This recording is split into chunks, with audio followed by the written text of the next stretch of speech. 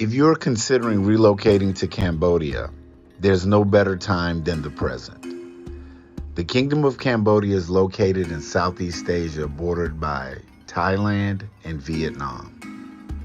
Cambodia is a developing country with a growing economy. Cambodia offers an impressive and diverse environment, from the sprawling flat plains in the central region to the winding Mekong River, tropical rainforests, and mountainous regions, as well as the crown jewel of the Khmer Empire, Angkor Wat, an ancient city built in the 11th century by the Khmer Empire that brings millions of tourists to Cambodia each year and was recently voted one of the top 5 tourist destinations in the world. So whether you want to live in the bustling city of Phnom Penh or on the tropical islands of Coron, or if you even want to dwell among the temples of Siem Reap, Cambodia has something for everyone. But more importantly, Cambodia offers a great climate, a wonderful exchange rate, and most of all, the friendliest people in the world. Contact us today at Sincere Travel Services to schedule your consultation, and we'll help make your move to Cambodia as smooth and easy as possible.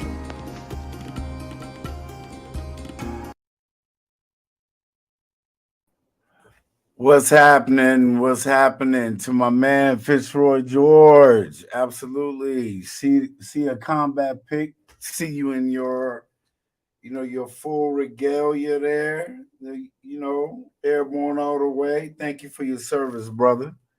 Thank you, thank you, thank you. I got to make sure that the double A's, the airborne, is showing the right way. I don't care if they change the name to Fort Liberty. It's always going to be Fort Bragg to me. So to all the airborne bros out there, everybody that got their feet wet in Fayetteville and Vietnam, North Carolina, much love to you. Keep your feet and knees together. This is Ed with Ed Travels on another live. And first of all, I have to kick it off with giving big shots out. I got to give big, huge shots out. A huge shots out. Applause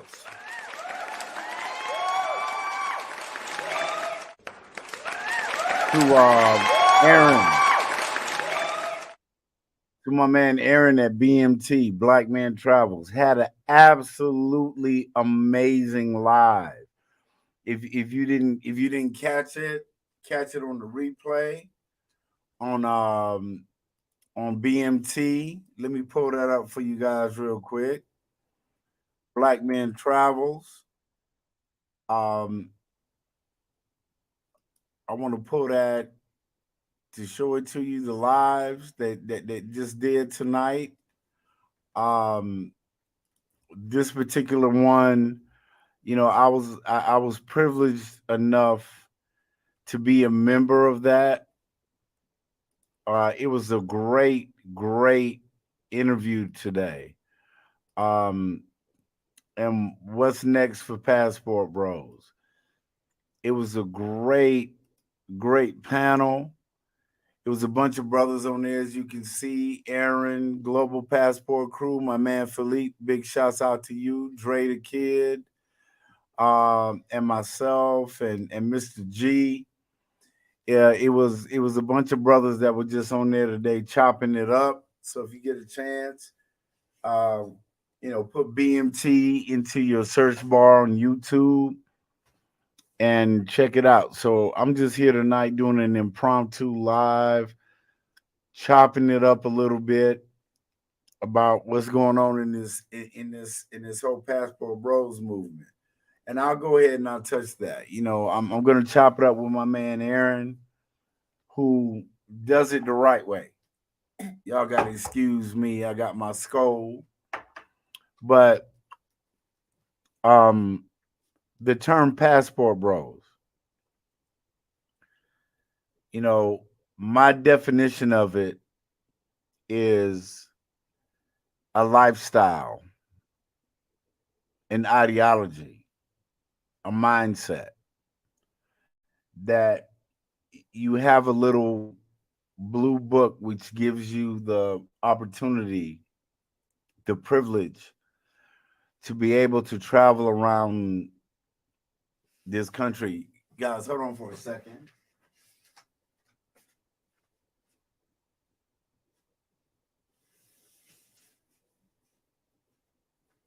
All right, y'all. I'm back. I'm back. I'm back. I have to make sure that my Wi-Fi is straight. I apologize for that. But the whole passport, bros, whether you wanna, whether you want to, my man William Bird in the building. My man William Bird in the building from Florida, down in the bottom. Fitzroy says, "Airborne, awesome brother. Let's go. Great stream with BMT just now. Absolutely, bro. It was good because let me tell you something that I'm not gonna do on my platform. Let me tell you something that I'm not gonna do on Ed's Travel. I'm not gonna overtly bash another black man or another man. Period. It's not about black. I'm not gonna bash another man because there's enough of that going on already. I might not agree with your point of view, but just like Flyboy Way, I want to give a big shout out to Flyboy Way. Came on with get a chance, go check out his YouTube channel. The brother is doing great things. I think amazing things are happening. I'm not gonna bash another brother on this platform. It's not about the clicks, the likes, the subscriptions, the super chats, and all of that crap. I'm not gonna do that. If I got an issue with you, I'll call you out on it. I'll give you my take on the whole thing, and then we can talk privately. And if you want to come on and you want to talk about it publicly, then we can sit back and do that. I have no issue. You didn't see? I have no issue, no problem with that. We can, we can chop it up. We can talk about it. Um, my lady in the background, I was asking her a question, but my whole thing is this: I'm all about options, right? I'm all about the freedom to travel wherever you want to go. Get your passport, book that ticket, and go. Go and find out that there's more to this world than the 20 blocks that you live in. And that's the purpose of my entire thing is I think a part of the reason why this passport bros movement is causing such an uproar is because black men are traveling. Black men are taking their resources, they're taking their money, they're taking their talent, they're taking their skills, and they're leaving the US. They're leaving the West. And I'm not talking about vacation travel. I'm talking about guys moving to another country, to another space, to another place where you can build and find somebody to build with that is not a competition. To all the people, all the brothers, I got this little hair out of place. See that? That one little hair? Yeah, there we go. That Ed is hating on black women. Ed is hating on modern women. And part of that is true. I don't like the attitude. I don't like the entitlement. And I definitely don't like the lack of accountability when it comes to a certain demographic. When all these hateful passport bro, anti-passport bro videos started coming out, um, disparaging us, calling us names, right? That we were SEX tourists, that we were just traveling around the world to get our rocks off, as they say. You know, all the misinformation. That's what bothered me. Shame's insult, guilt, and the need to be right.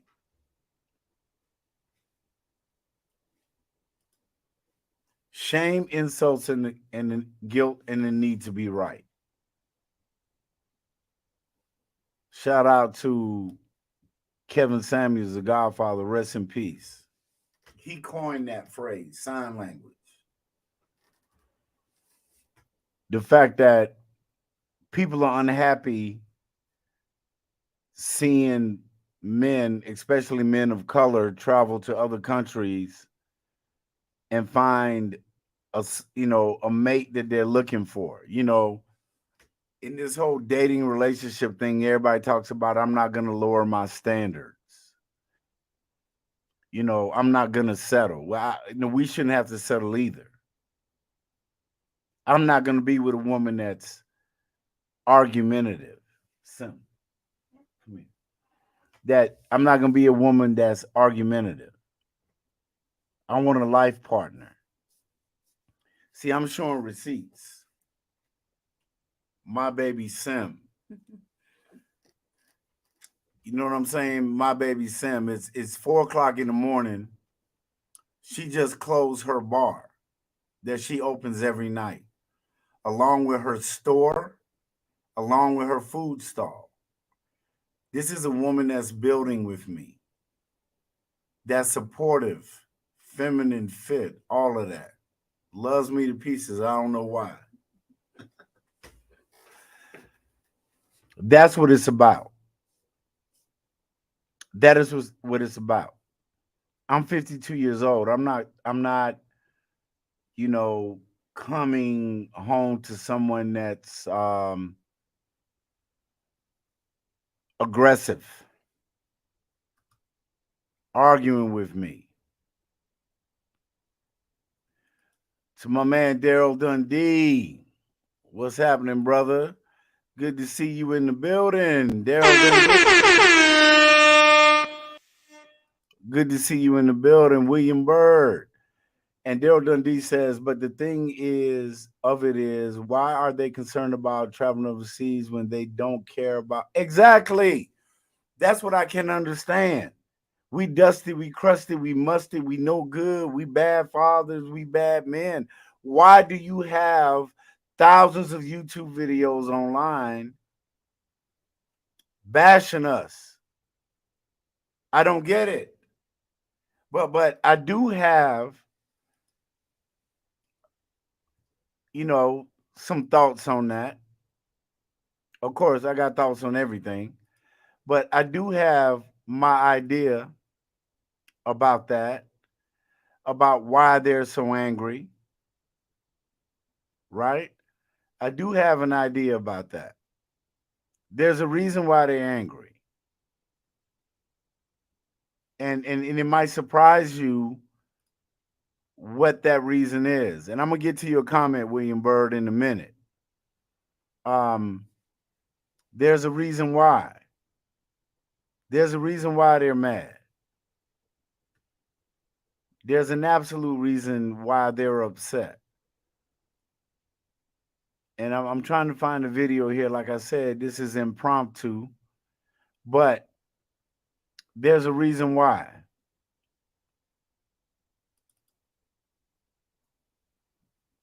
There's a reason. Not getting the attention I deserve, I've decided I will cause problems on purpose. Y'all are only going out of the country because y'all can't find a sucker in the U.S. You just made yourself look like a fool. Fair use. See, the problem with the world today is that a lot of y'all men will never taught what a real man is and what a real man does. One thing we can learn from Casanova is that women... You see that? Do you see the hate? Do you see the hate? Do you see the misinformation? Right? What did I say earlier?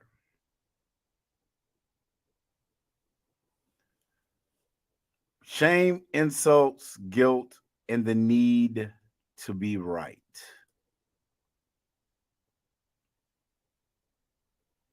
You see what I'm saying? And to my point that my man said earlier, Daryl, and I'll put this comment back up. And I'll put his comment back up. But the thing is why are they concerned about men traveling overseas when they don't care about us? So they say we broke. That baffles me. And I just showed that's just one of them, man. I got tons of videos that I've sat back and I've researched about why they're so called. Let me get to these super chats. To my man William Bird. Ed, there are now news reports that the State Department is per day for passports and now exactly. People are tired of that shit. People are tired of living in the matrix and dealing with this. I don't have to deal with you. I can change my AO, my area of operation, to all my military folks out there. I can change my AO. I can make the decisions. I'm retired. I work hard. I'm still working hard. I can work remote, whatever your situation is. And Mulatto Vanguard, my man in the building. Let's give a shout out to Mulatto Vanguard. You know, the fact that I got options. I can go elsewhere. Why do you think all of a sudden, and why do you think that scares them? The trillions of dollars that black men spend, that black men earn. Randall in the building, that black men earn.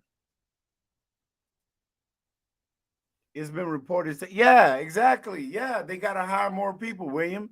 You're absolutely correct. My man Eric in the building. My man Eric. We got to give a shout out to Eric. There in Alaska, outside the lower 48. I heard Kevin Samuels whisper black man. Yeah, he did say it.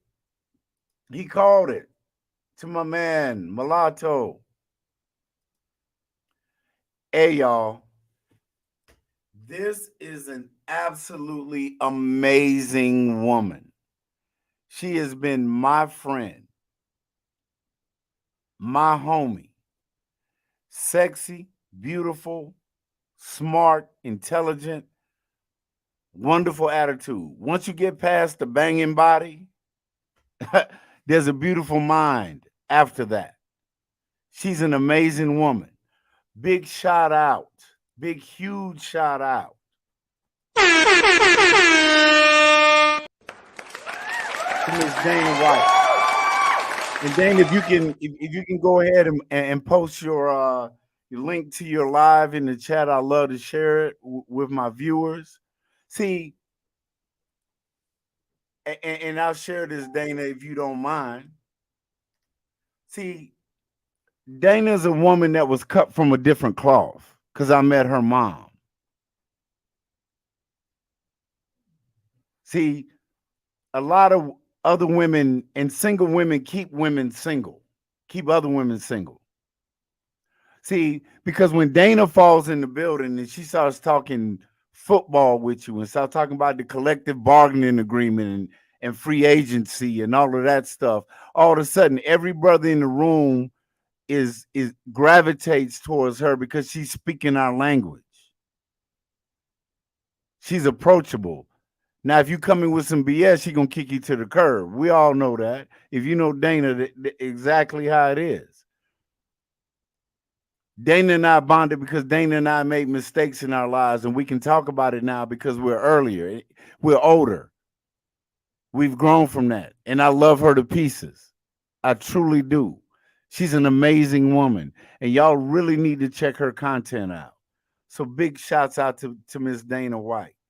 To Randall, America's good for making money, not relationship. Stack your money, get up passive income streams, get your passport, brothers. I only work to go to the exactly.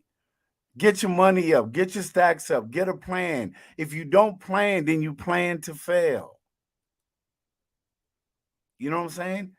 To Daryl Dundee, is because the man or no longer putting in the money in the hands of the women in the States, in the West, because of entitlement. Absolutely. This channel is not to bash black women. That's not what my channel is about. What I'm talking about is accountability. Like my man Rubber Band Man said the other day, these sisters are going 15 rounds with the wall.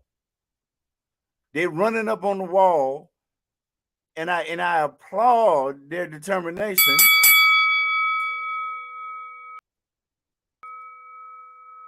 You hear the bell?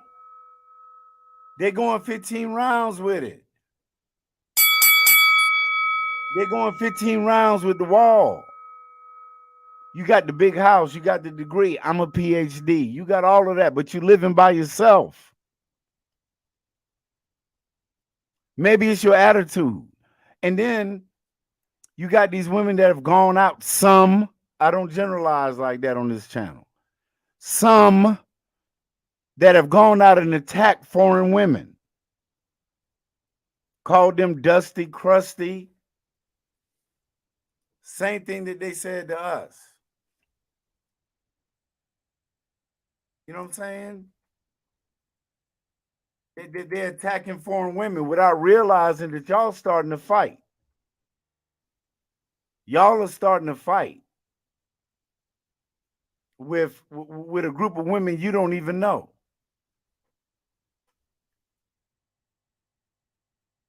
You know, they you know, again, I'm sorry, you know, I didn't have all this queued up, but I'm looking for this video that I want to show. That these women are going out attacking foreign women that sit back and these women are sitting there saying, listen, I can live a better life. I can live a better life. You know, they're attacking these foreign women, calling them dusty, crusty, uneducated. You know what I'm saying? That foreign women are uneducated. They picking that fight. And you know what? I'm not gonna cover you. I'm not gonna cover you, sis. I'm not gonna cover you.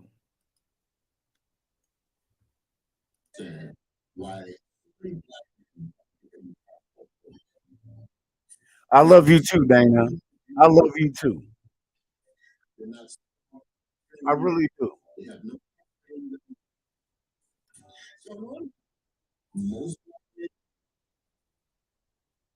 Here we go, fellas. Here we go.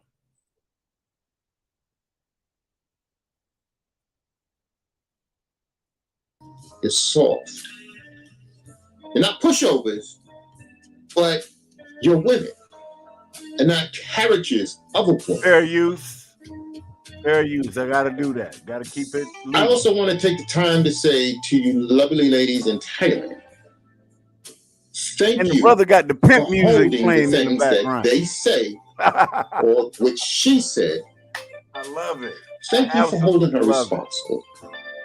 Because in my country, women are very rarely held responsible for anything they say or do. Absolutely. So thank you once again, ladies of Thailand. You are great women. And I appreciate living in Thailand and being amongst you. I'm Andre. Be a high commodity now. Big shout out to Andre. Big shout out. Big shout out to Andre. Big shout out to him, Andre Brooks. And I want to play this as well. Another case of black women not minding their business. Y'all didn't care about meal order brides until black men happened to make it popular. But of course, you feel entitled to being the BBC commander when something no longer benefits you. Although these are the same men that you said you didn't want, didn't need, and they are broke. I'm gonna be honest, going overseas to travel frequently and live does not equate to broke.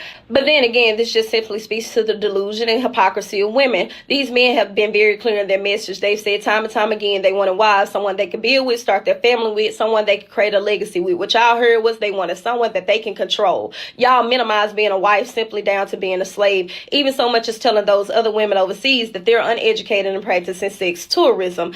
And in turn, a lot of y'all have took your degree and traded it in for an OnlyFans profile. Nobody said anything when women were going to Dubai. We know why you were going. Nobody said anything when women were flying state to state getting flued out. We know what you were doing. Nobody said anything when Nigerian and Jamaican men needed green cards and y'all started falsifying marriage documents so you could drive your Range Rover with your red bottoms. Let's just call a spade a spade. Y'all wanted the option to go back to these men after the man that you really wanted was done dragging you through the mud. Hey, the passport. Hey, to Randall, I wasn't aware that that's your channel. Please put the link to your channel, in the chat so everybody can come see it. I'll show that comment. Randall, thank you so much for putting that up. You know what I'm saying? I mean, I really like that. And Dana is chiming in. So where do I go? What can I do to be with the man that means shit is damn near impossible here in the States, so I'm suffering the same shit on the flip side. Dana, and I understand that. See, the thing is I looked at you for who you were, for the woman that you are. And I appreciate the fact that you speak your mind, but you still do it. You exude femininity. A lot of people misconstrue you because they look at the brash outside part. They don't take you as for who you really are. You're a wonderful woman. And if they're not willing to look past that, then, pack it up. Get your passport. Find it, and it might be that dude. Because what happened, and I'm not talking about you, for a lot of women, we were the dusty, crusty guys that took the AP classes. We were the guys that were nerdy, that couldn't get no play. Just like the chick that was on the red carpet, I believe it was in Atlanta with Michael B. Jordan with Creed 3.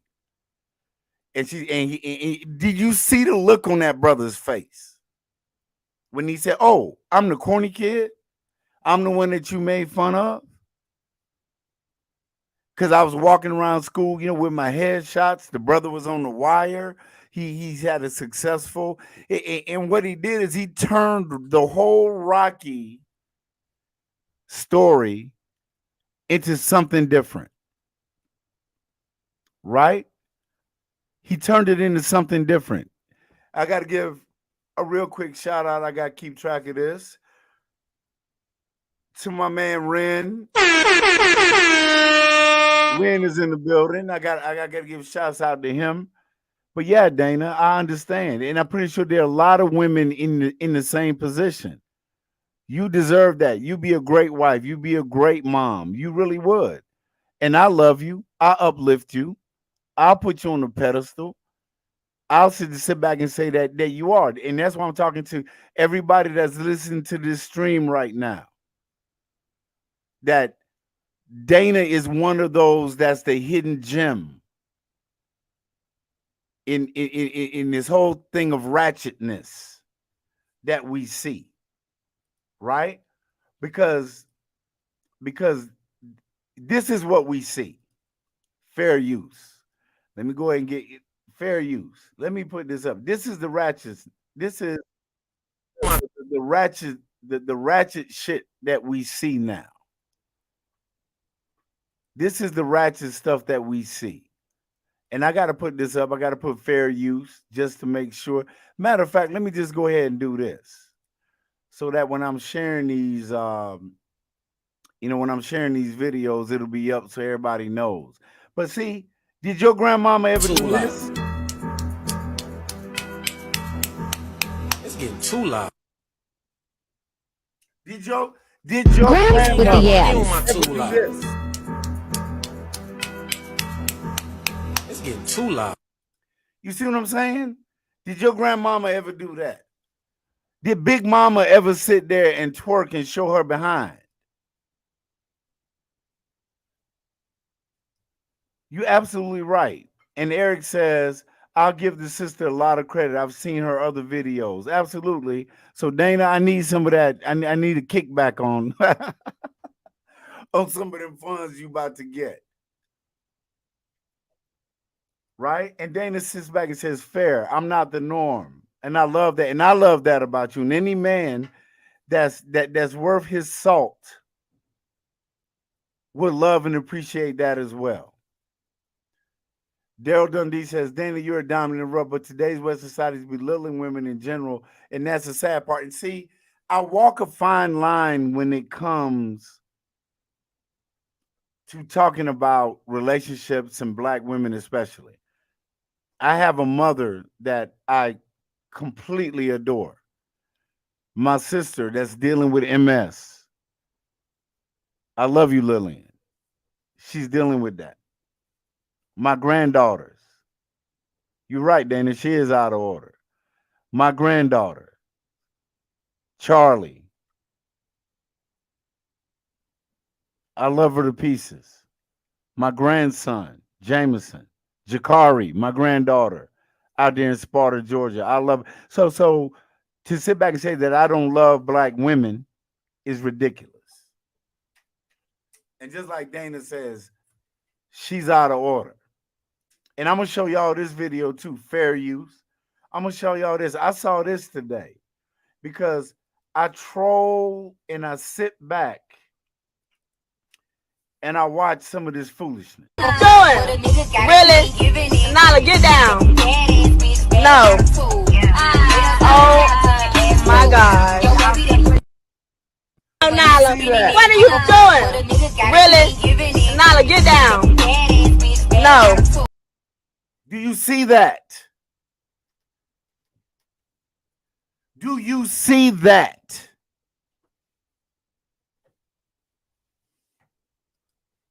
You're absolutely right. Do you see that? That's what's being perpetuated. That's what's being promoted.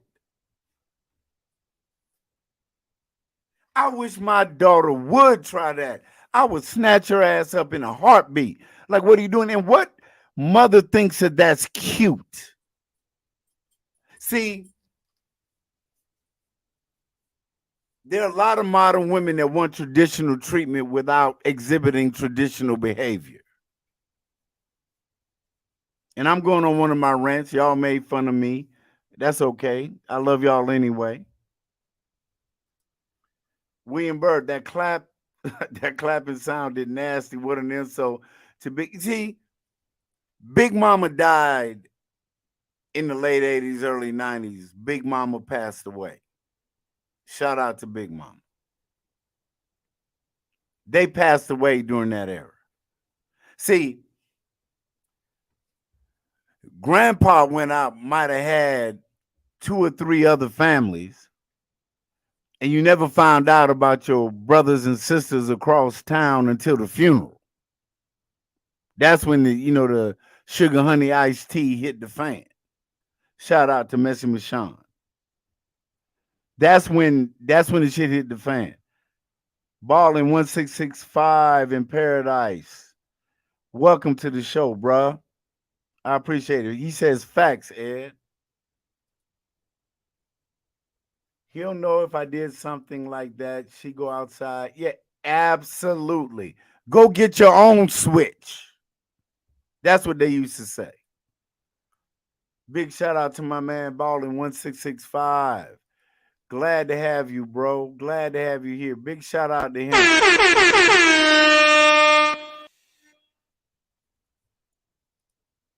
You're right. The community is getting worse. Train a child up who they should not depart while she doesn't understand. Exactly. What are you teaching her? Let me tell you something. I have a beautiful daughter that's about to graduate from college. Alan. Oh my God, Alan, this is my man in Medellin. Man, you look cleaned up. I don't see no beard in the thumbnail. I have to give a big shout out, and I'll get back to my point in a minute. I got to give a big shout out to Alan in Medellin, in Sabaneta, to be specific, and my other homeboy, Osito, the Huggy Bear. See, when I went down to Medellin, Colombia last year, I happened to go, and big shout out to Don Roberto Rob. Anybody that goes down to Medellin, Colombia,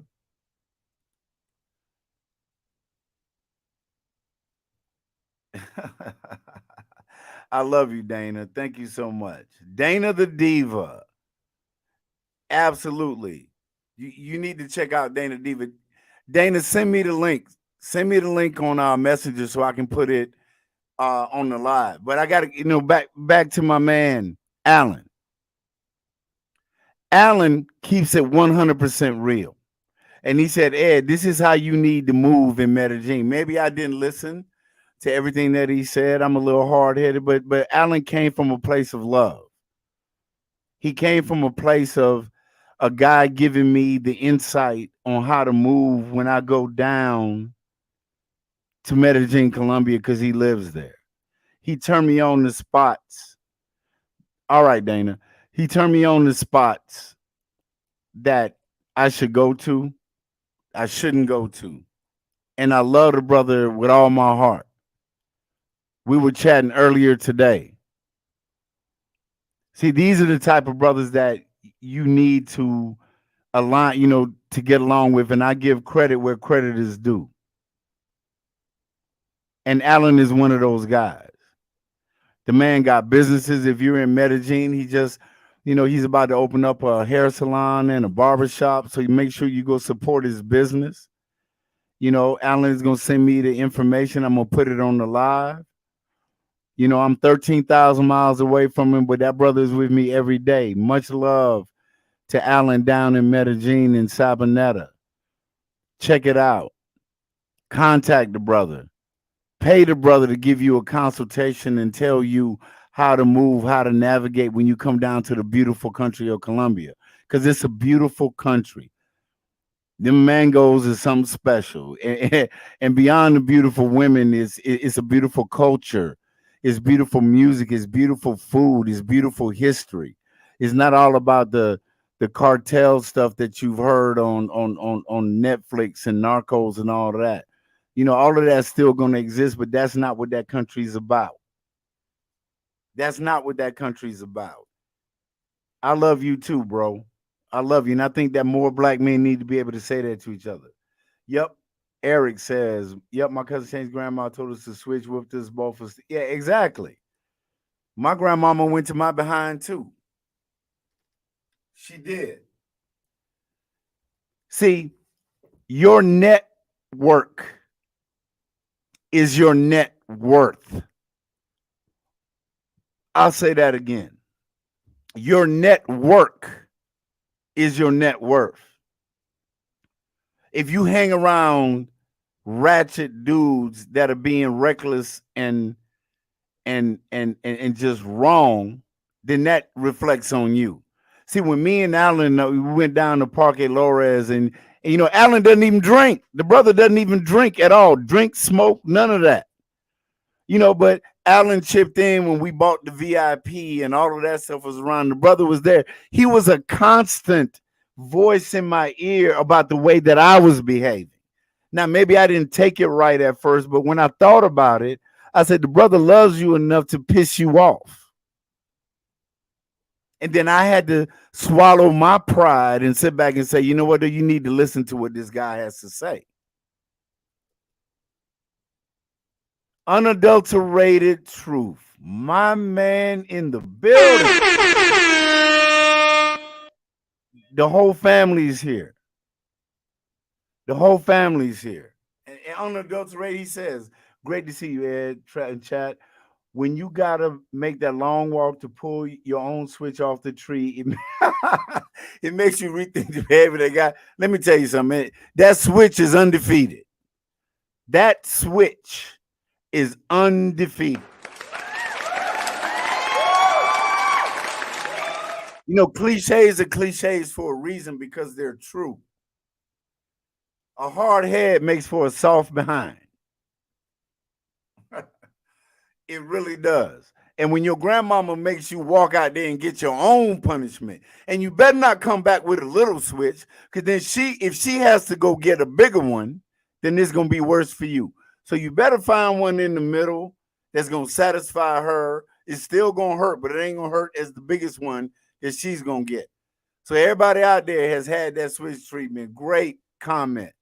To my man Malatu Vanguard. Honestly, bro, since I've been living here, I literally live maybe 20 minutes from Angkor Wat. There's an archaeological park, and they have like 2 main gates to get in where they check for your pass. So the people that are buying 1-day passes, 3-day passes, 7-day passes, or whatever, they check it. So I always have fun with them because what Cambodia has done, and this is why I give a big shout out, I give big props out to the Cambodian government, is they realize the value of having expats come here and stay long term. The economical impact that they make upon the economy, the GDP, gross domestic product, for those people that don't know, the GDP of Cambodia.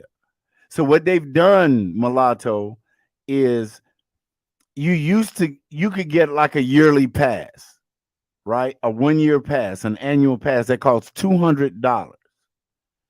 What they've done since I've been back, and I've done it myself, is they turned around and they started where if you can prove that you've been here for more than 1 year, if you prove that you've been here for more than 1 year, and I'm gonna share this with you guys. Thank you so much, Mulatto, for bringing that up. I'm gonna share this with you guys. If you can prove that you've been here for more than 2 years, that this is a picture. This is the pass that I got. Angkor World Heritage Special Pass. You see, it's good for 1 year. And they sit there and tell you what your code of conduct is. So act like you got some sense. Now, I went and got this pass. And let me tell you how I did it, Mulatto. This is how I did it. I went to their website. I uploaded my passport page, the info page, and I uploaded 2 images of my last 2 visas to prove that I've been here for 2 years. And within like a day, maybe 2 days later, I got an email from them with my annual pass for free. So now I can go to that temple. I think Bang Malai is the only temple. It's about 30 kilometers outside the city of Siem Reap. You got to get a special pass to go to that one.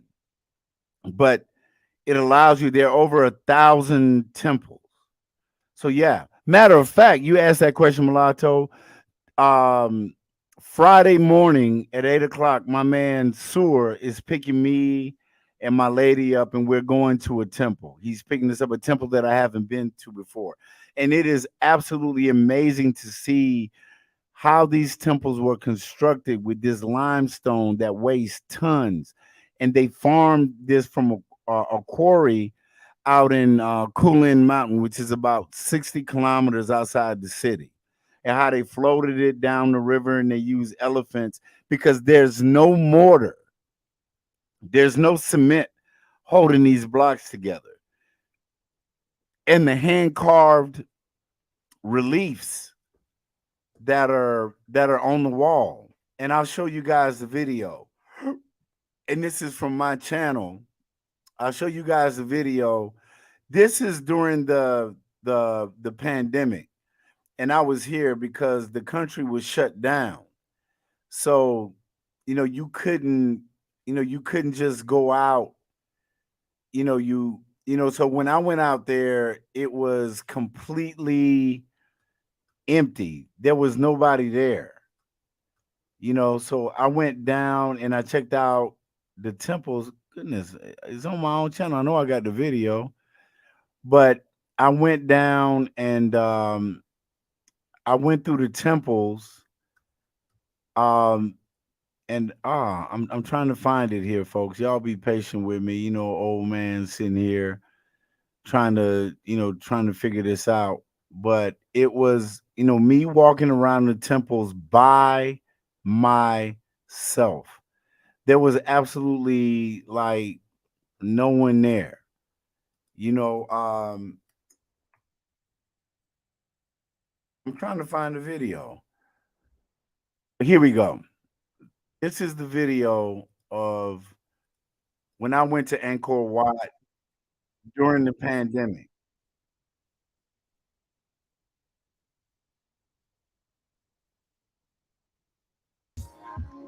I am just blown away by the sheer magnitude and majesty. And this is like 8:30 in the morning, and I literally built in the 12th had century Angkor by Wat King to myself. Jayavarman.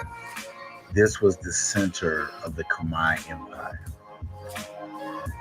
The Shout out to my engineering, man Magdalene Warren, my craftsmanship, video guy. and beautiful sculptures and statues that adorn this temple. This place is massive. And look, there's nobody there during but this me. particular period, I had the opportunity of actually going to Angkor Wat and having the place to myself. That I really considered it a true blessing and an honor to be able to look at one of the 7 wonders of the world. And if you ever get a chance to, And look at these reliefs. please come to Look how they Siem Reap, carved this Cambodia, by hand. and This visit whole relief Angkor is Wat telling the story of a and the war thousands of other that the temples Khmer Empire built had with during neighboring the Vietnam. majestic Khmer Empire.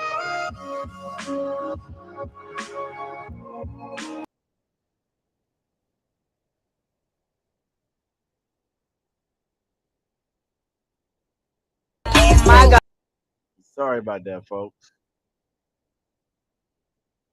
But yeah, so I go out to the temples as much as I can. And it's super hot here now. So I like to sit up here in the man cave in the aircon. But yeah, y'all really need to check Cambodia out. Unadulterated. It's gonna hurt me. It's gonna hurt me more than it hurts you. That's a lie. We all know that's a lie. Big Mama lied. Mama lied. That's a lie. Absolutely. That's a lie. Yeah, it hurt me more, Big Mama, when you were wailing on me. Unadulterated, you won't believe that, child, but as a parent, you know it's true. Hey, let me tell y'all something. The first time and the only time that I spanked my daughter Janai, big shout out to Janai Nicole Wanamba. The first time that I spanked her, she went in the room and cried, and I went in the other room and cried. Because it did hurt me more than it hurt her. That did. Because that was my baby. That was my baby. That hurt me. So yeah, so there might be some truth, but in practicality, that it didn't. Yeah, and unadulterated, it is incredible. And in it, you got Tap Ram, which is another temple. Tap Ram is, let me and I'm gonna pull that up real quick.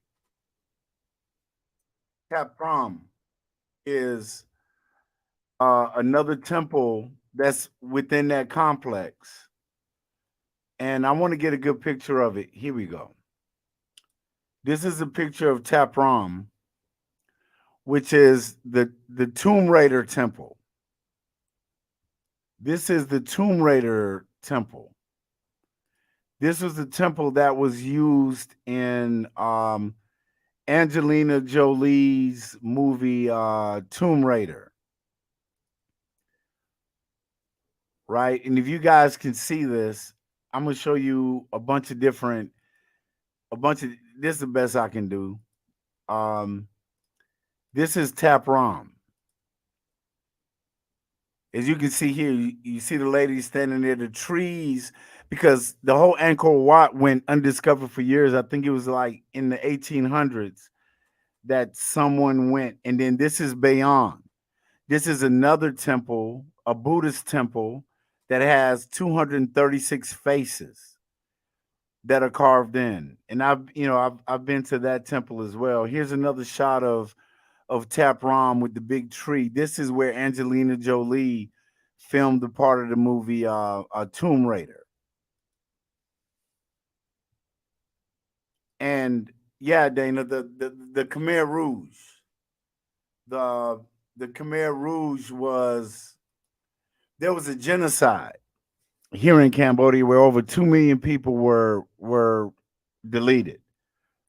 We on YouTube, so you got to use those words. They were deleted by the Khmer Rouge. I think it was 3 years and 8 months or something like that.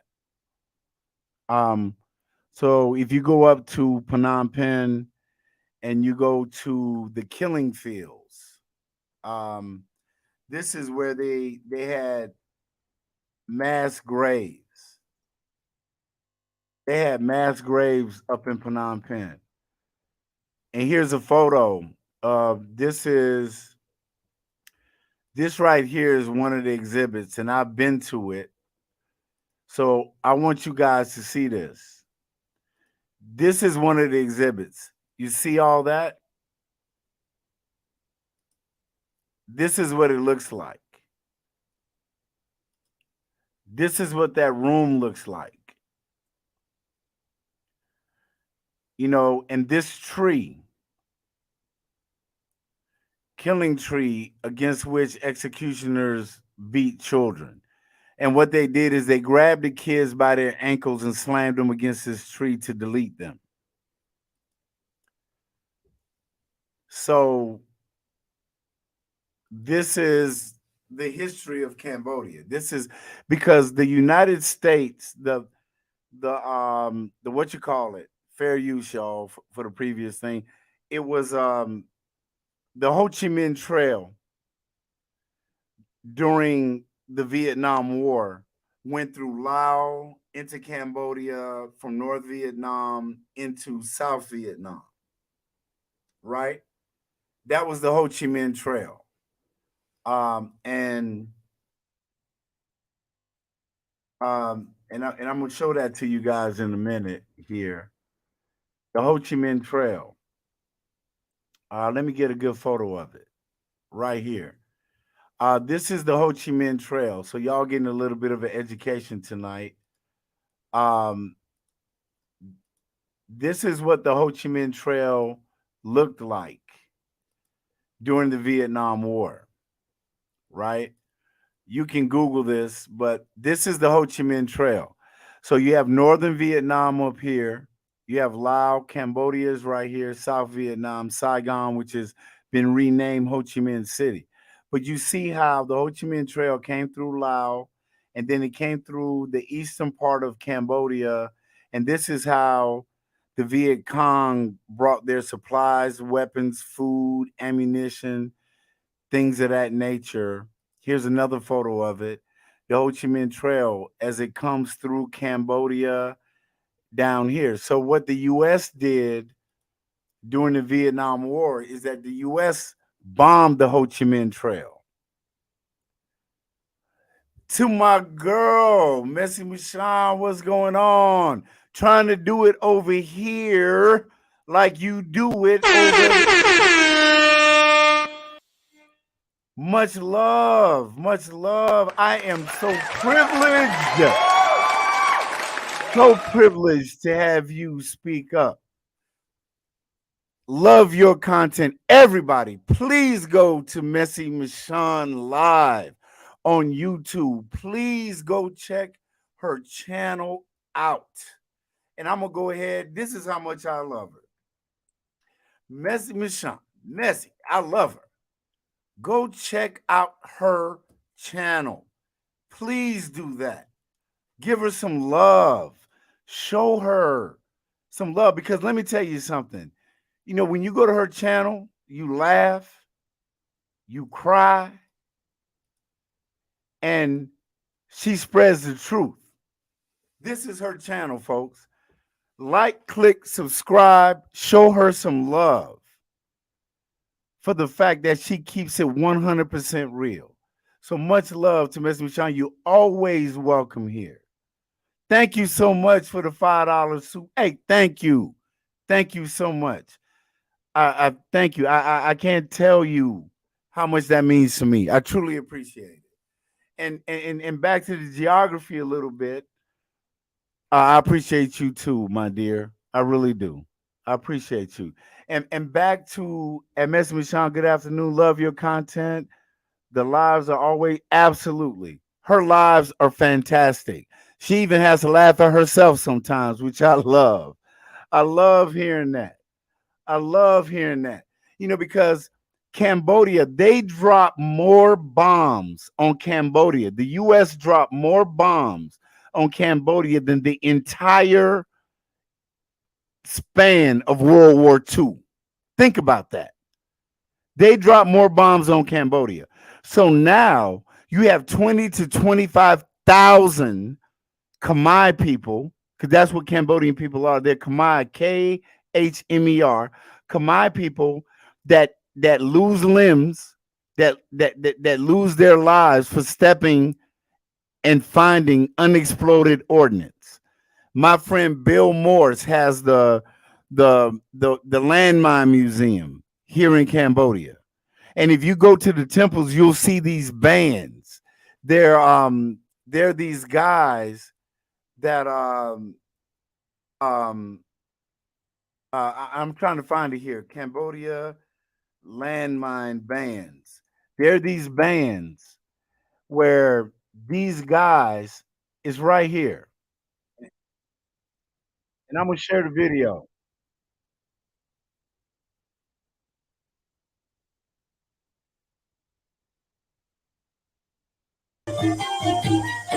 See, this is out at the temple. This is out at one of the temples. And these are victims of landmines. The people that you see here are amputees. They're victim of landmines that the U.S. dropped on Cambodia.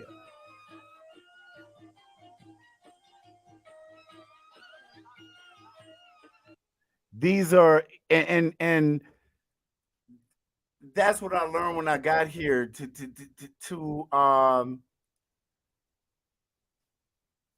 unadulterated says Ed Travels, and that's was a time when they still showed the war on 6 p.m. news. Soldiers carrying wounded to the helicopters while the news crew still filming it. I mean, yeah, exactly. See, to give you a little tidbit, when George W. Bush and the powers that be, the war hawks, during that administration, when we, a place that I was deployed to, where they went and we invaded Iraq and all of that, one of the first things that George W. Bush did was he prohibited the viewing of bodies returning to the U.S., right?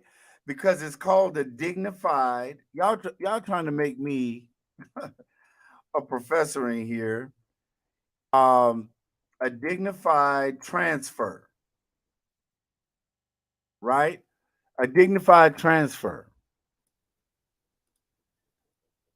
And this is what a dignified transfer is. At Dover Air Force Base in Dover, Delaware, they have mortuary specialists, and it's their job to bring our fallen comrades back from war. So this is a dignified transfer. This is what they didn't want you to see. See, this is a C-17 Globemaster Air Force cargo plane full of our fallen soldiers. You see that? It's a huge aircraft. But do you see all of these flag draped coffins? That's what they didn't want you to see. That's what they didn't want you to see. Abeck, oh yeah. He says, let me show his comment. Man, I remember seeing those temples. Yeah, bruh. Hit me up next time you here. But they didn't want you to see those photos. They didn't want you to see that because and unadulterated, correct me if I'm wrong on this, but the tide of U.S. support for the Vietnam War changed when it started being publicized on the news at night. The anti-war sentiment grew exponentially because Rubber Band Man in the building, my man Rubber Band. The sentiment started to turn because people were seeing these coffins come back, seeing their sons and their fathers and their grandfathers dying in this needless war. And I want to send a big shout out to all my Vietnam vets.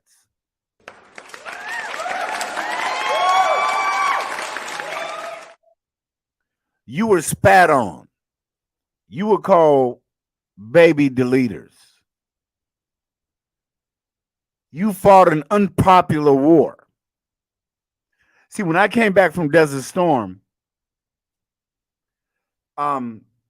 we got free passes to Disneyland. We got free flights. We got all of this stuff because we served, but the Vietnam vets didn't get that.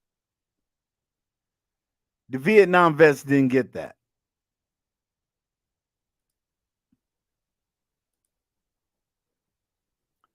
I just got flagged by Facebook, whatever. But the Vietnam vets didn't get that.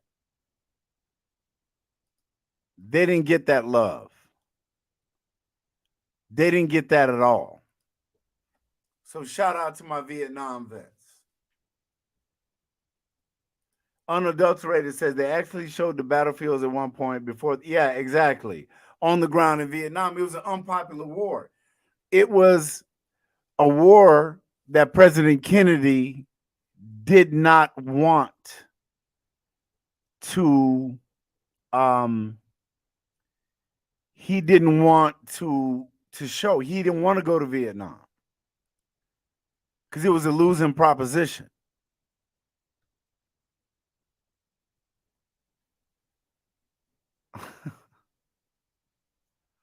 So I just got flagged by Facebook for showing something I could care less, actually. Their community standards with some of the stuff that I see on here, which is absolutely ridiculous. But anyway, I'll deal with that later. Yeah. Unadulterated. They lied about the Gulf of Tonkin, about being attacked. There's no real proof that happened. I love, sitting here chopping it up with a brother that's done his research. See, that was and I'm not going to say it. I'm not going to talk about 9/11. I don't want to get banned for my thoughts, and we can talk about that offline. Right? You're right, bro. I mean, I am. I really don't know what that's about. I've been in Facebook jail before, so I don't think they're going to put me in it, Rubber Band Man, but they just sent me a shot across the bow. You Navy guys can appreciate that. Exactly. So it's hard to tread as a content creator with the stuff that you show. Even though they let white supremacist stuff come across, they're selective in their outrage about what you show on your channel. But thank you, bro. I appreciate the love, Rubber Band Man, and I will. I'll watch it a little more closely as I grow in this space. Unadulterated says for sure. Oh man, thank you so much. Thank you so much. The thing about it is I didn't know Rubber Band Man, Unadulterated, Eric, all of you guys that support me, ABEC, all of you guys. I didn't know the history of Cambodia and the Khmer Rouge. Yeah, you were down in Columbia, South Carolina. Yeah, basic training. Yeah, absolutely. Um, that I didn't know what these people had been through. I didn't know about the Khmer Rouge. I didn't know what they had been through until I lived here, until I started talking to Khmer people that lived through it. See, Cambodia, I think, ranks like 17 in the world in the youngest population, where over 65% of the Cambodian population is under 35. Under 35, because Cambodia lost a generation through that genocide, through the Khmer Rouge. You're right, Daryl. You're right. They did not receive a hero's welcome. I did, but they didn't. They didn't. They didn't receive it. They did not receive it. You're right, Daryl Dundee. They didn't. And I'm gonna watch myself a little bit more. Eric says, my cousin Gary Owens was in he came back. He wasn't. Yeah, you're not the same. I'm not the same since I came back. He told me the truth of what happened. I was 9 years old. I didn't understand it until I listened to Coast to Coast. Yeah. I'm not the same. I still do therapy at the VA with an amazing therapist. I still have medication that I take, believe it or not. Might not look like it on these lives, but I do. I'm not the same. And I asked my doctor, I asked my therapist, um, was it a physical change in me, or was it a mental change in me? And she said, Ed, it's actually both. See, because the military, when you're born, if anybody's ever held a newborn baby, if that baby thinks that you're about to drop him or her, they clench up. The baby clenches up because they're afraid to be dropped. We have the fear and flight reflex as human beings as part of self-preservation. When we feel or we think that there's going to be some sort of there's going to be some sort of that there's going to be some sort of harm that comes to us, we feel that fear, which manifests itself in getting out of that situation. But see, what the military does, the military trains that out of you. They build up the fight reflex, the fight. They build that up in your psyche, in your mentality, and they dumb down the flight reflex. And you're not the same. I'm not the same. Anybody that served in any form in a war zone is not the same when they come back. Unadulterated says, once you see certain things, you can't unsee them. That trauma becomes a part of you, and you develop coping mechanisms to help you. Absolutely, you do. Like for me, I can't sit in a restaurant with my back to the door. It drives my lady crazy. I'm always, when I walk into a place, unadulterated truth, when I walk into a place, I'm scoping out who I think might be a threat to me and my family. I'm always hypervigilant. That's the term that they use in the ASM. The ASM. Hypervigilant. you can't unsee it. And that's why I made the vow that unless I'm in threat for my life, I will never touch another weapon ever. Eric says unadulterated and non-vet was on coast to coast, confirmed that yeah. As kids, yeah. About the yeah. They Dana, most men do not. I learned early on. So I said accordingly, let him watch and watch out for both of us. The natural. And see, Dana, that's why I love your gems. I love the way that, you know, I love it. Shout out to Dana the Diva. There is a natural order of things. A woman submits herself to a man that's worthy of being submitted to, like your stepfather, Dana, a guy that I have tremendous amount of respect for. You know what really blew me away about him wasn't just the way that he carried himself, but the fact that when I went over to their house, their condo, he had a library of books. That blew me away. And he's a golfer, so me and him were cool from that point. And Dana's absolutely right. There's nothing wrong with gender roles. There's nothing wrong with that. It wasn't until feminism came in that started to muddy the waters. See, here in my house, I don't cook. I'm not bragging about it. I can cook. I can burn, as they say. My grandmother taught me how to cook. I lived as a single man for years. I cooked for myself. But here in my house, now, over here, I don't cook. Oh, thank you so much, Dana. Yeah, Willie Owens. Yeah, okay. Yeah. Thanks, Eric. Dana, yeah. Dana comes from good stock. Her mom is amazing. Therefore, Dana is amazing. See, there's nothing wrong in this world with gender roles. See, when the motorbikes need gas, when the motorbikes need to be fixed, when I have the electrician come over here to put in solar security lights, and I got my cameras in the house to make sure that everything is okay.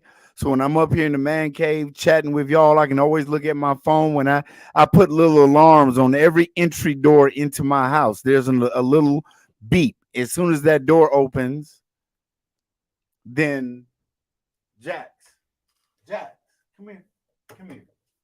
And I got this early warning system right here. Kisses. I got this early warning system. This big old huge 100-something pound yellow lab. My security guard who automatically starts barking and all of that when the door is open. But my job is to provide and protect my family and the people that I care about. So Sim and her daughters have their role. Like when I walked downstairs the other day and I saw that the refrigerator wasn't clean, I just sent her a message. Hey, baby, somebody needs to check out that refrigerator. Or when I walked in the shower and I saw all of this, trash, around in the bathroom, somebody needs to clean this up. If I'm going to pay the rent, if I'm going to pay the electricity, if I'm going to pay the bills in this house, then y'all better act like y'all appreciate it. Act like you got some sense. Pick up whatever you got to do. Everybody play. See, how many of y'all in this house have heard when you were little that kids are meant to be seen and not heard? That's how my house ran. I wish I would, as a little boy, get caught up in grown folks' conversation. Unadulterated, that's when they made me go get the switch. Because I'm stepping out of my role. I'm out of my lane. I got a whipping for failure to maintain lane. There's nothing wrong with gender roles. Again, the when I sit back and I talk about the community, that's what I'm talking about. Unadulterated. I started listening coast to coast in '96. I lived in San Antonio. Yeah, exactly. I listen to Coast as well. Amen, Dana. Absolutely. Everybody plays a role. Kids don't need to get involved in grown folks' business.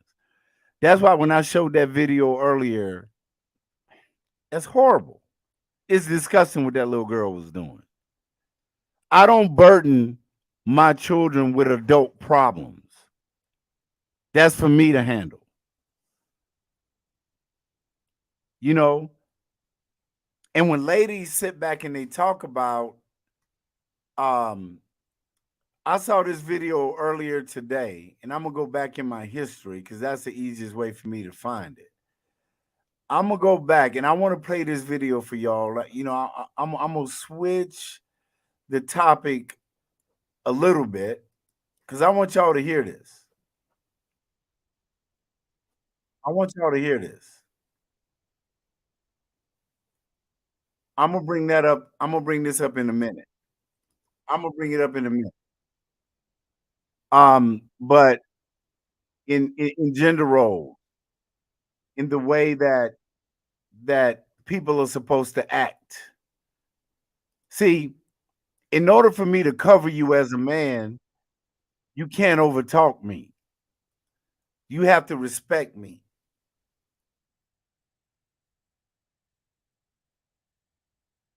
You know, you have to respect me.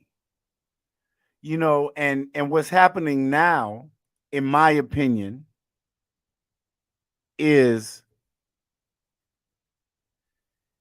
it's getting skewed. And that leads me to this video. And I want you to hear what this young lady had to say. I want y'all to hear this. When just think, when you're a wife, you're a mom. You still have to find time to be yourself, and I'd rather just find time to be a mom and just be myself as of right now. Okay, something is wrong here. Did you hear that? How you doing, JM? My brother, my antagonist. Big shout out to JM in the building. Big shout out to my man JM. Everyone here. But did you hear what she said? She said she'd rather be a single mom than a wife. And that's the problem.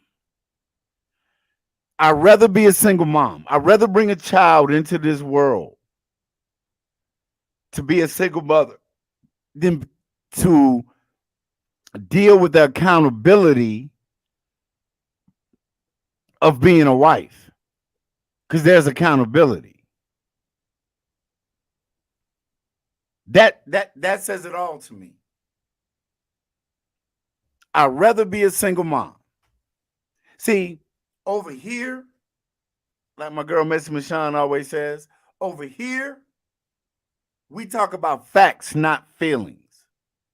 The facts, the statistics show 80% of kids in the black community are born to single mothers.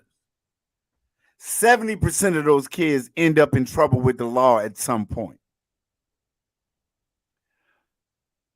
The community leads the nation in evictions, STDs, deleting kids, obesity. 54.8% of black women are obese, which is a health issue. And they also lead the nation in student loan debt. So some of these ladies are looking for that golden parachute.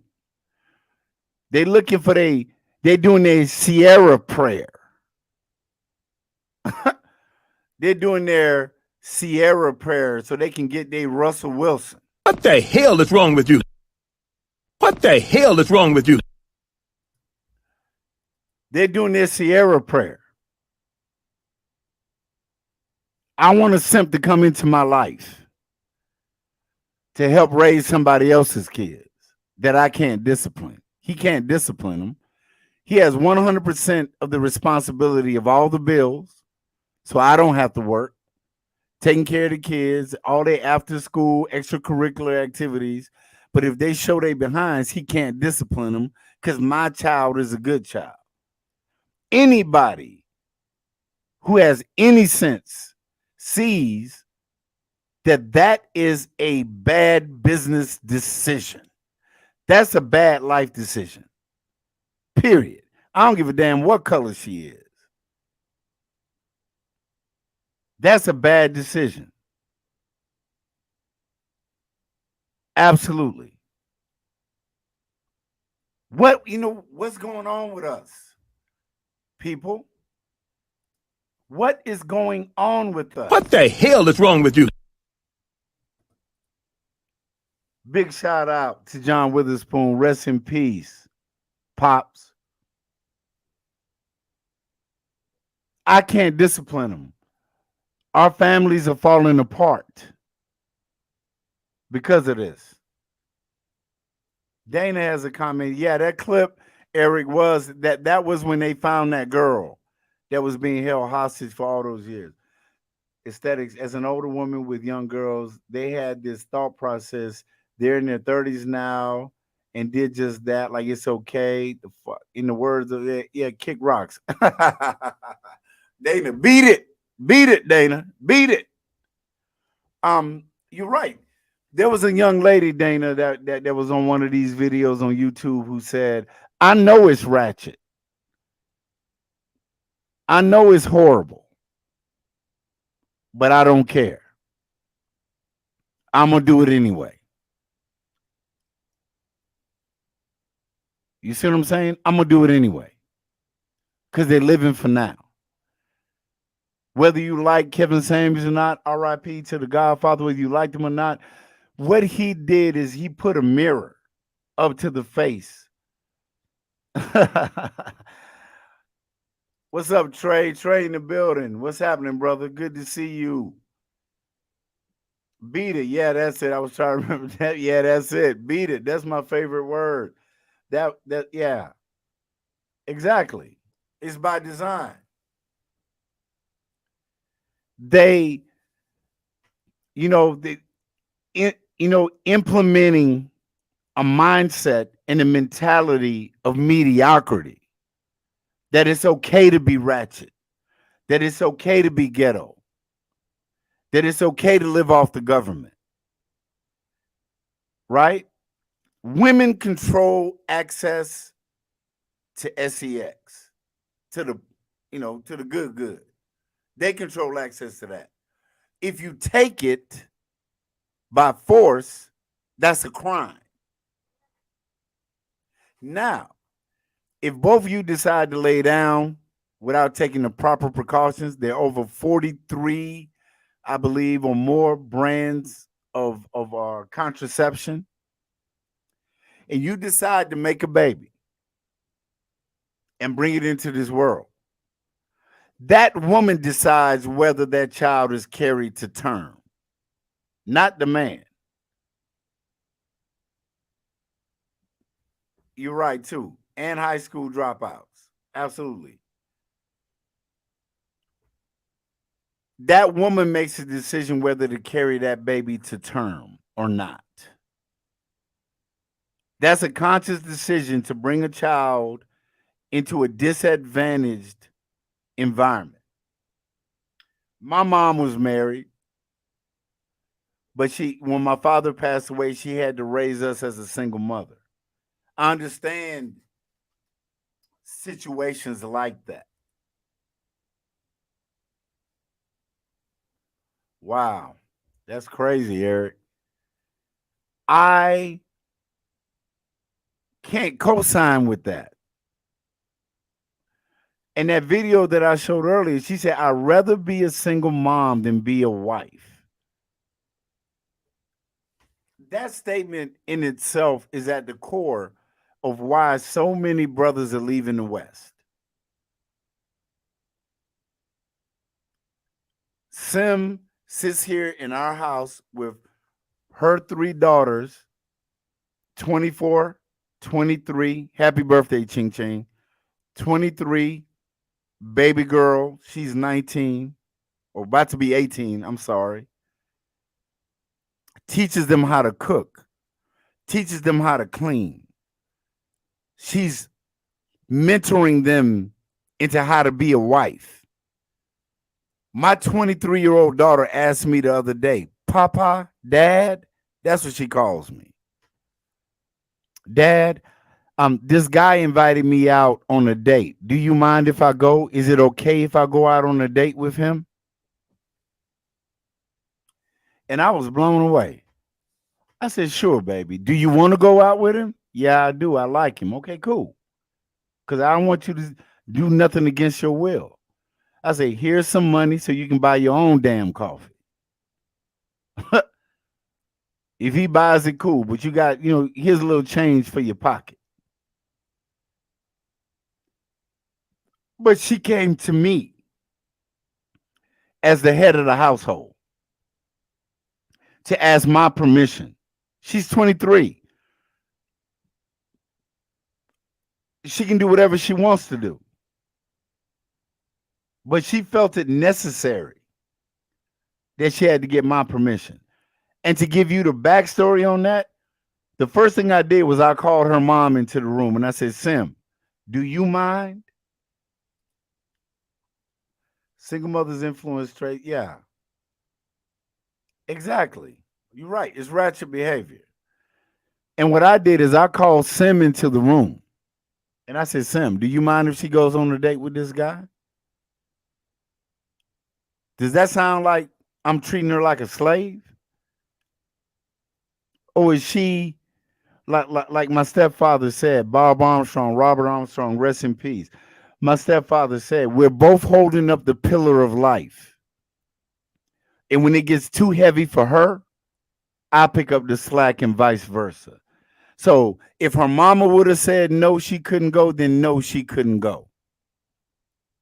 Does that sound like surrender? Yep. I was raised, Dana Davis, I was raised on how a man should proceed with dates. And I always put some money in my pocket for backup just in case. And if I had to use it, he was one and done. Absolutely.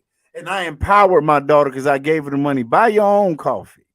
Take your own motorbike so you can get back. You don't have to ride with him. And if anything happens, you know how to reach me. Because don't make Papa come out there and show his behind. Because I'll check him. And when them little young whippersnappers come over here to my house to see these lovely ladies in my house, I take them right outside the back and say, bro, what are your intentions, young man? Y'all know y'all not, you know you're not hitting that, right? You know that. Let's go ahead and get that straight. And the girls are embarrassed as hell when I do it. CJ in the goddamn building.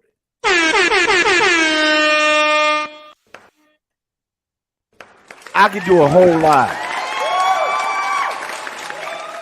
I could do an entire whole live stream on this insubordinate woman, CJ. I ain't gonna give her location away, but CJ looked out for me. CJ loved me when I didn't love myself. CJ saw the man that I could become, and she stuck with me through that.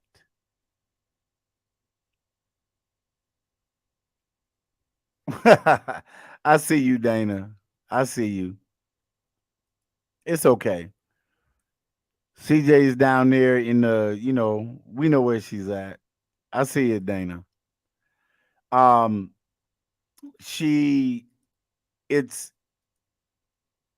It's out there now, and I understand. But CJ loved me when I didn't love myself. She nursed me back to health literally last year. She cooked for me. She was at the hospital with me. She came to see me. And CJ said, I'll never marry you because I'd have to kill you.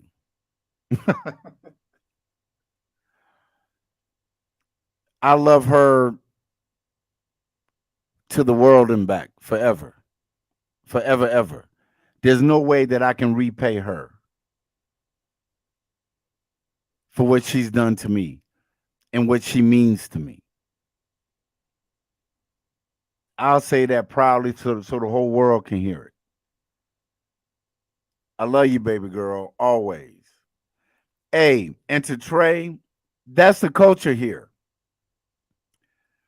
right? When I was at the golf course, there was a young lady there that had a baby last year, and I was gone for most of last year. When I came back, I mistook her for the girl that had the baby. And I said, how's your baby? And she was like, sir, bong. That's what they say, bong, which means brother. So she said, sir, I don't have a baby because I'm not married, because I don't have a husband yet. I don't have a baby. And I'm sitting there like, what planet am I on that young women in their 20s are talking like this? Yeah, my daughter told her dude, ain't gonna be no, no hanky panky unless you planning on marrying me. Yeah, I'm talking about women overseas, Trey. Yeah.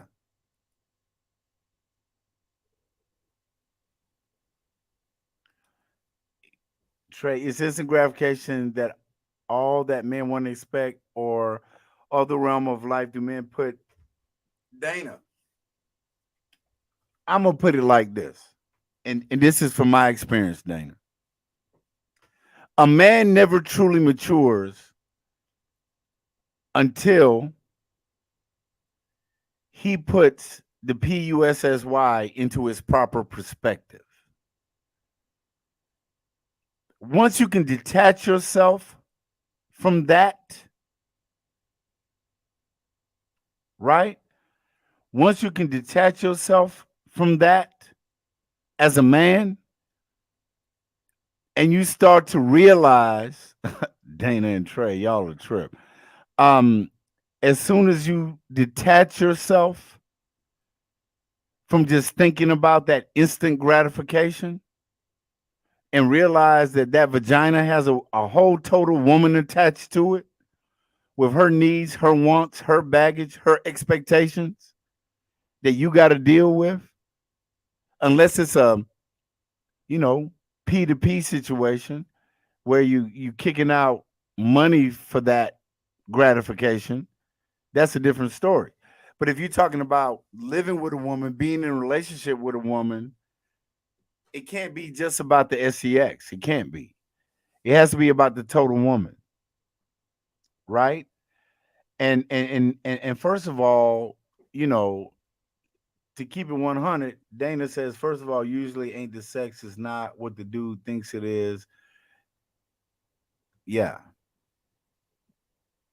Boy, you and Trey going back and forth. Wow. But it's the fact that you have to mature as a person. And I think that an unadulterated and Rubber Band Man, all those guys might agree with me in the fact that you mature as a man, and when you get older, it changes. It changes. And Trey says, true, Eb, but you don't get to experience the total woman.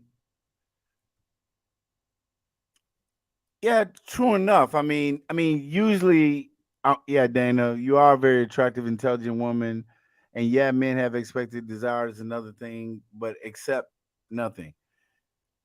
Um, you're right, Trey. Usually, the sex is the caveat. That's the entryway. That's how just human nature. That's how it goes. But to clarify my point is, in order to be with that woman in a long-term meaningful relationship, it has to be more than just the sex. Right? In my humble opinion, Trey, I'm not gonna marry the best sex. I'm not gonna marry a woman just because she's the best sex I ever had. In fact, the woman that had the best sex that I ever had was I should have hit her in the head with a brick and ran in the other direction, to be quite honest. You know, the wifey chick is the chick that does everything well. You know what I'm saying? She's the one that does everything well. That's the one that's in your corner, unadulterated for sure. Racking up numbers just because it's not fulfilling as it might be at yeah. You know, I had a young lady sit back and tell me, are we going to, are we going to, are we going to bump uglies all night long? Yeah, we going to have SEX all night long. I said, hell no, we not. I ain't got nothing to prove to you. Shit. I got to go get me some iced tea. I'm going to give you 15 strong minutes. That's 5 rounds of a heavyweight fight. Can you fight Mike Tyson for 5 rounds? I ain't got nothing to prove to you. When you get older, you need help in some of them situations. You see what I'm saying? You do. Unadulterated. Yeah, absolutely. When you get older. And see, I'm not gonna put, but yeah, that's right, Dana. 15 long strokes. That's it. That's all I got. What did Cat Williams say? You got to know what your number is. You got to know what that number is. You know what I'm saying? You got to know what it is. And it's not about that anymore. It's not about the intercourse. It's truly about the intimacy. And to CJ's comment, congrats, Eric. And yes, Ed got to take the whole woman like the men want from, yeah. You know, if you're going to mess around with CJ, you got to take the insubordination, she gets bad progress reports for failure to get along with other people. She doesn't like to share. None of that. She got your back, but she'll go to your ass too. And that's what I love about CJ. She holds me accountable. She makes me accountable. She'll freely give. See, me and CJ used to have long fireside chats where she let me vent and she vented. And me and it's 20 plus years we got invested in this.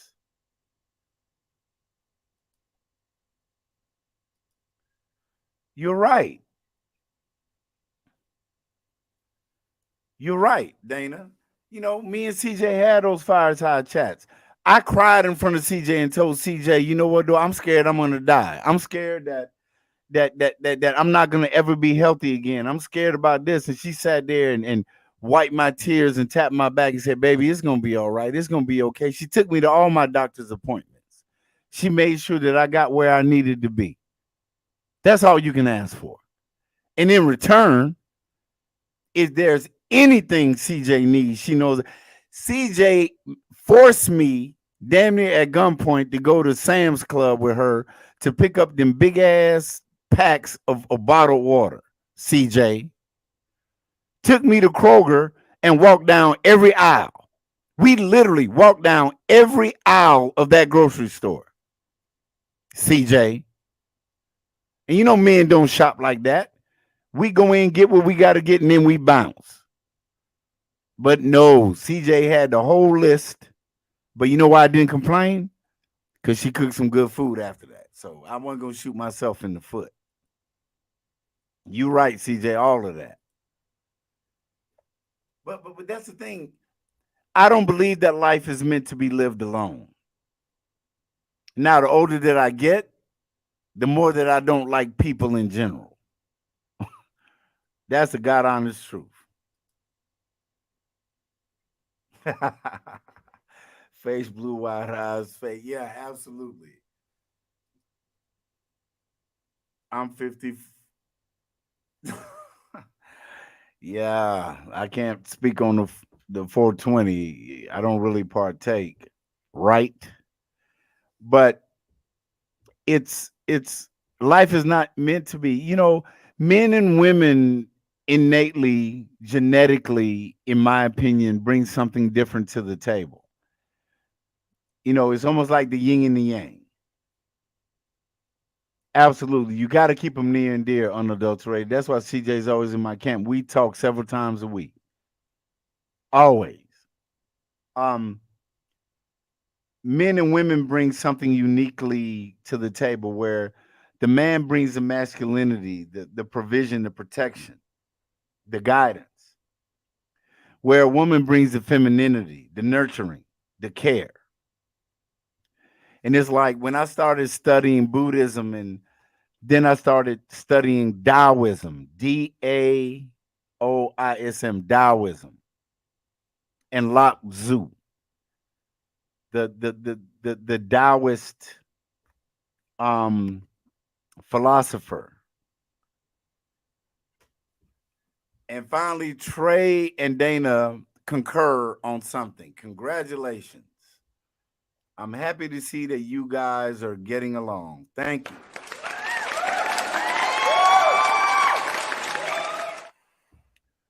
I'm just messing with y'all. But, when I started studying Lao Tzu and I really started studying the yin and yang symbol that we all see, the black and white symbol, the yin and the yang. And I thought I understood what yin and yang meant. But actually, it's a lot deeper than what it appears. See, you can't have happiness without sorrow. You can't have good without evil. You can't have joy without suffering. They're both necessary in order for the universe to work. I hope y'all get what I'm saying. You got to have both. That's why there's the yin and the yang. Men bring something to the table, women bring something to the table, especially with nurturing and the raising of children. See, the man is supposed to be the disciplinarian, and well, I'm gonna backtrack that a little bit. My mom and my grandmother were definitely the disciplinarians, and when it comes to my daughter, I am just a big wuss. So, but even in that scenario, the yin and the yang, where I won't be tough on the girls, my lady's tough on the girls.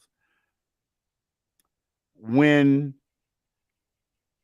she is more nurturing to the boys, I'm more harder on the boys because as a man, I know that this we got to deal with. Trey says, "Nah, it is not a choice. It's just a terrible selection of women. I would be married if there were better to choose from." And then Dana says, "Me too on the flip. Same way. We grown here. The crop just ain't crop."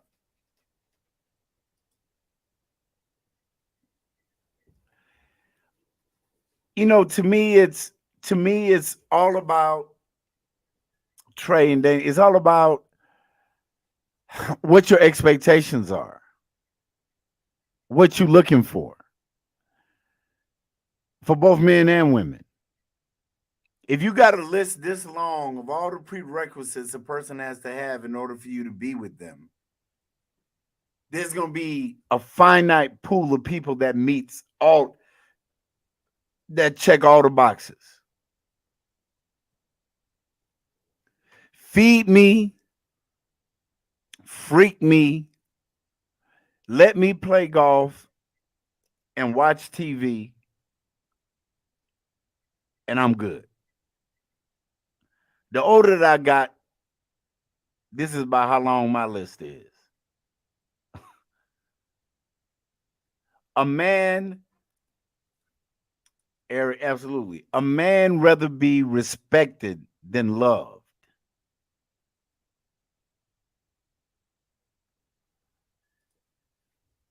straight.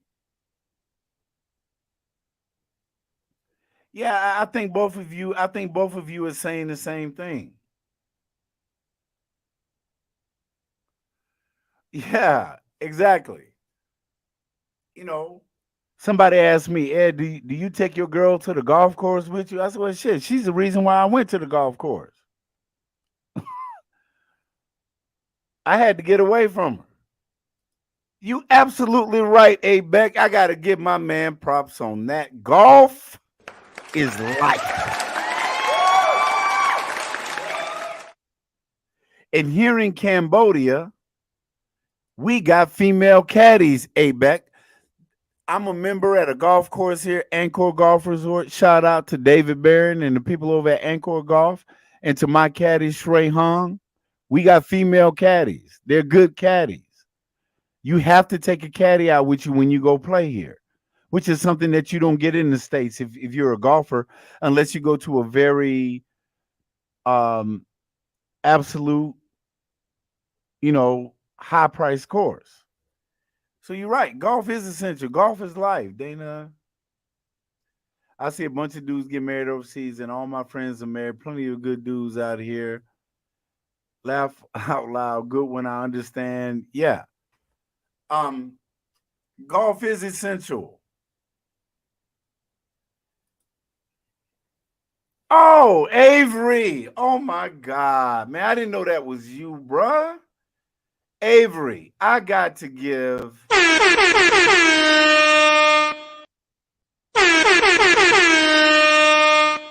got to give a big shout out to Avery. I hope your mom is doing well, Avery. Hope the family's doing well. And CJ said, the thing is, keep your eyes open, your heart open, expect nothing to live. The experiences and love will fall in. Absolutely. That's how she found me. She kept her heart open.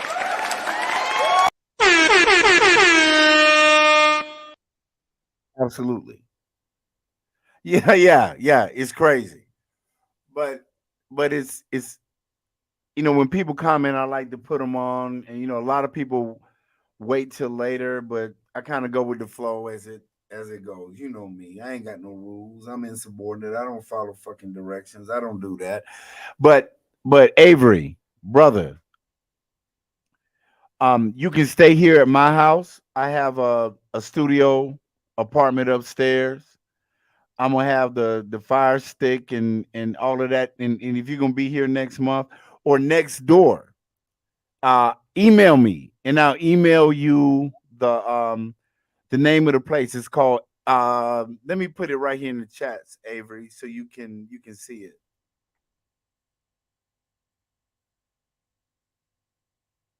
That's the name of the place that's right next to me, the Saline Residence. They have a pool.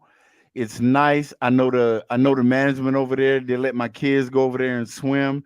And it's literally okay, I'll be here. It's literally right next door to me. Right? Exactly. I'm glad to hear your mom's doing well. See, this is what the travel world brings to you. A veteran just like me, disabled vet just like me. Avery was here. He went on a world tour. He was all over Southeast Asia. We stayed in contact. And my casa es su casa, Avery. You're more than welcome to stay here or stay next door so you can, do your thing or whatever you want to do. And, Sim and the girls will cook. You have a home cooked meal every day. And you can come over and chop it up. We'll have some, we'll kick it. It's good. Thank you for the love and support for all of y'all. Thank you. But you're right, Dana. There are a lot of conversations going on, but at the crust of it is this: as we get older, our priorities change. As we get older, the things that used to be important to us are not important to us any longer. When I was sick last year, if somebody would have walked into my hospital room, I was in the hospital for what, CJ, almost 2 months, month and a half. I was in the hospital, couldn't get out of the bed, whatever it is. If somebody would have walked into that room and said to me, Ed, we're going to give you $10 million or 20 more years on this planet, I would have took the 20 years on the planet in a heartbeat. And I still would. Yeah, yeah. It was almost a month and a half, 2 months I was in the hospital. There were a lot of lonely nights in that room. There were a lot of tears that I shed in that room because my mortality, I was faced with my mortality. When I had to sit there with CJ and my sister, and I had to sign that advance directive when I was in ICU, or who could pull the plug on me. That's how real it was. And I gave CJ that power to do that because she wouldn't want to see me suffer. That's how deep it is. See, you have these philosophers that I listen to, like Camus, the existentialists, Marcus Aurelius, back in Greek history. All of these schools of thought. And Albert Camus said in one of his books that life isn't too short. We waste it. We waste it. You know, concentrating on insignificant shit. And that's what I love about Buddhism. The Buddha said, the past is gone. There's nothing you can do about it, which I struggle with. The future, you have no control over the future. You can only live in the present. And that's why I think it's called the present. Because the present is a gift. The life that you have today is a gift. Somebody didn't wake up this morning. There are probably millions of people in this world that didn't wake up this morning. So regardless of how your day goes, good, bad, happy, or sad, you got another day. Now, what you decide to do with it is up to you. It costs you nothing to be a kind person. You can choose to be a Karen if you want to be. You can choose to be an a-hole if you choose to be, but that's 100% under your control.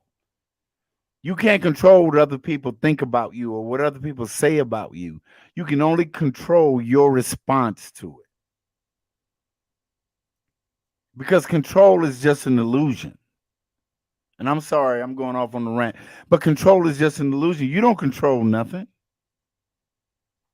You have no control except on your actions.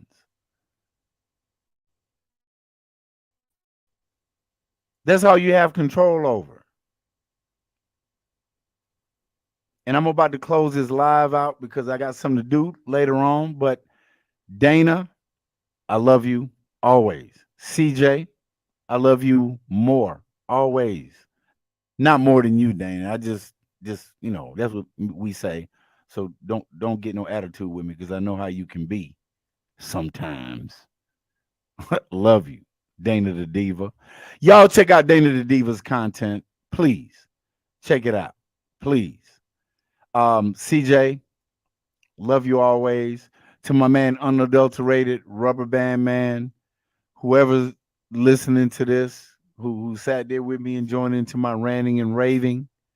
Yeah, it's different types of love, and it's love all the same. I'll be back in May. We can all kick it for my birthday, May 10th. If any of y'all want to give out gifts, it's Taurus season. I'll gladly accept them. But I love y'all all. I love you all. There's nothing that you can do about it. Thank you for joining my live.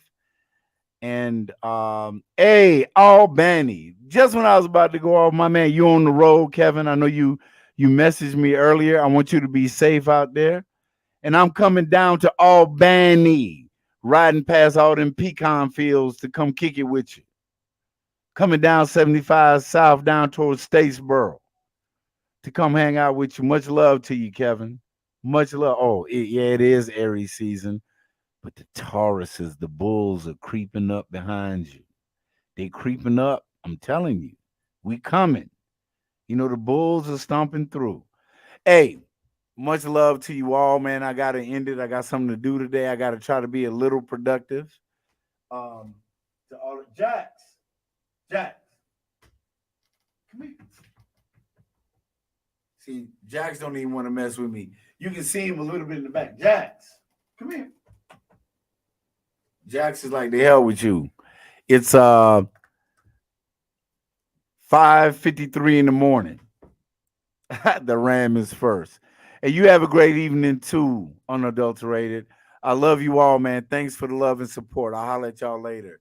Peace, lay high, namaste.